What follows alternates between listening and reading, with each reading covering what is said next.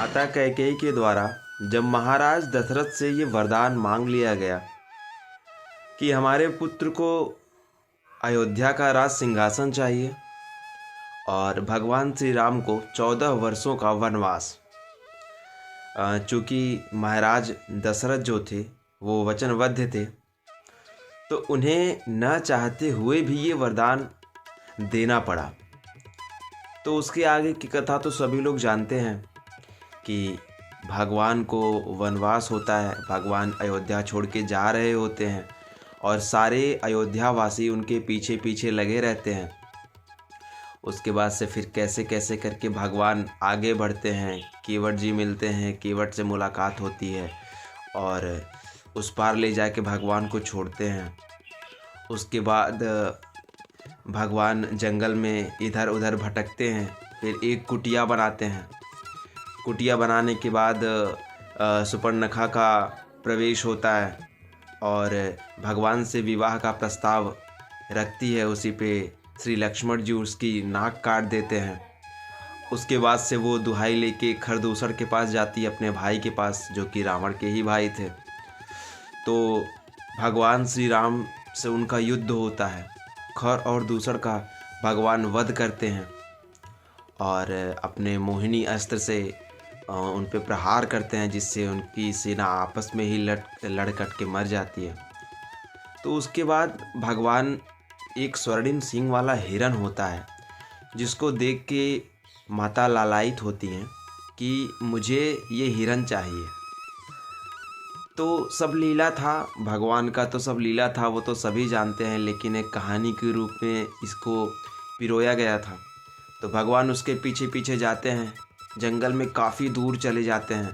हालांकि वो मारीच था, जो कि रावण का मामा था। रावण जंगल में आया, जब सुपर्णखा पहुंची थी रावण के पास, खरदूसर को ये बोले कि एक बनवासी है जो कि खरदूसर को मौत के घाट उतार दिया और मेरी नाक काट दी।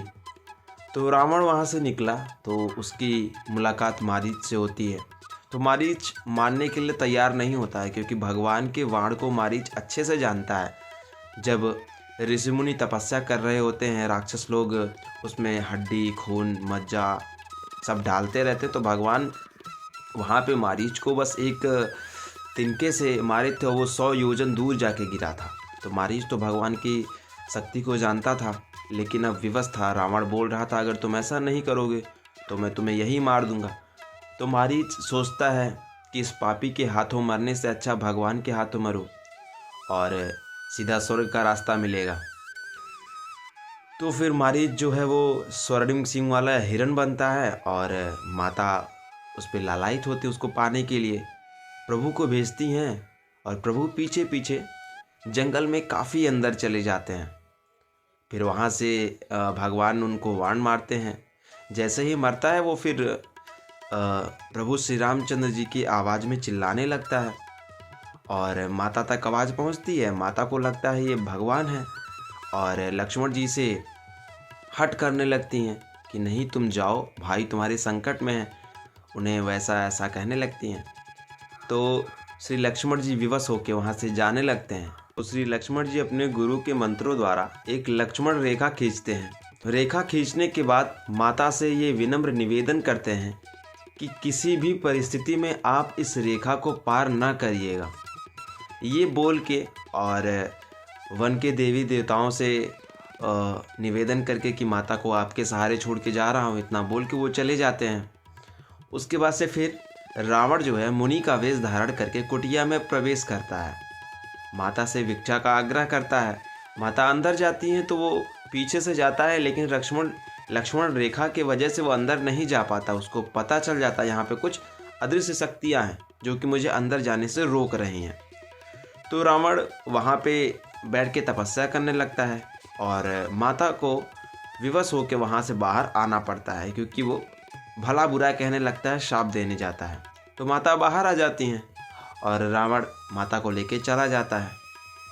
ये थी जहाँ तक आगे हम लोग देखे थे, वहाँ तक की ये कथा थी। आगे की कथा सबको पता ही है, लेकिन ऐसे ही अगले वीडियो में आगे के भी कहानी को जानेंगे।